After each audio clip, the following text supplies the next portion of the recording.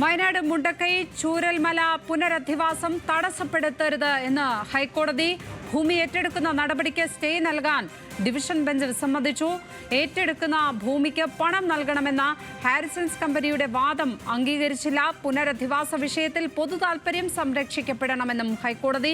Chief justice അധ്യക്ഷനായ division ബെഞ്ചിന്റേതാണ് നിരീക്ഷണം. വിവരങ്ങളുമായി ലീഗൽ കറസ്പോണ്ടന്റ് ഷപ്ന സിയാദ് ചേരുന്നു. ഷപ്ന, നിർണായകമായ ഇടപെടൽ തന്നെയാണ് ഇപ്പോൾ കോടതി നടത്തുന്നത്. ഏത് സാഹചര്യത്തിലാണ് കോടതി നിർദ്ദേശങ്ങൾ പുറപ്പെടുവിച്ചിരിക്കുന്നത് ഇപ്പോൾ? ലക്ഷ്മി, ബാങ്ക് ഗ്യാരണ്ടി നൽകണമെന്ന ഉത്തരവ് ചോദ്യം ചെയ്ത് ഹാരിസൺസ് നൽകിയ അപ്പീലാണ് ഡിവിഷൻ ബെഞ്ച് പരിഗണിച്ചത്. ഈ ഡിവിഷൻ ബെഞ്ചിന്റെ ഈ നടപടി പുനരധിവാസം തടസ്സപ്പെടുത്തരുത് എന്നാണ് കോടതി ഇപ്പോൾ പറഞ്ഞിട്ടുള്ളത്. മുണ്ടക്കൈ ചൂരൽമല പുനരധിവാസം തടസ്സപ്പെടുത്താൻ പാടില്ല എന്ന് ഹൈക്കോടതി ഡിവിഷൻ ബെഞ്ച് ഇപ്പോൾ ശക്തമായി തന്നെ മുന്നറിയിപ്പ് നൽകിയിട്ടുണ്ട്. ഭൂമി ഏറ്റെടുക്കുന്ന നടപടിക്ക് സ്റ്റേ നൽകാൻ ഡിവിഷൻ ബെഞ്ച് വിസമ്മതിക്കുകയും ചെയ്തു.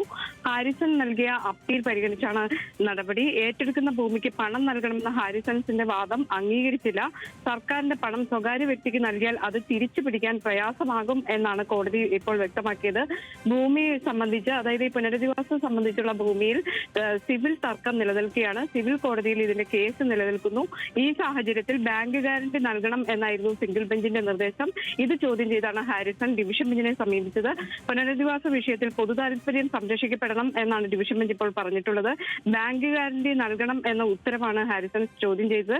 എന്നാൽ അത്തരത്തിൽ ബാങ്ക് ഗ്യാരണ്ടി നൽകണം എന്ന ഉത്തരവ് ചോദ്യം ചെയ്യാൻ കഴിയില്ല എന്ന് കോടതി വ്യക്തമാക്കിയിരിക്കുന്നു. ഹാരിസൺസിന്റെ അപ്പീൽ ഡിവിഷൻ ബെഞ്ച് ഫയലിൽ സ്വീകരിച്ചിട്ടുണ്ട്. അപ്പീലിലെ നിയമപ്രശ്നത്തിൽ ഹൈക്കോടതി ഡിവിഷൻ ബെഞ്ച് അടുത്ത ദിവസം വാദം കേൾക്കും.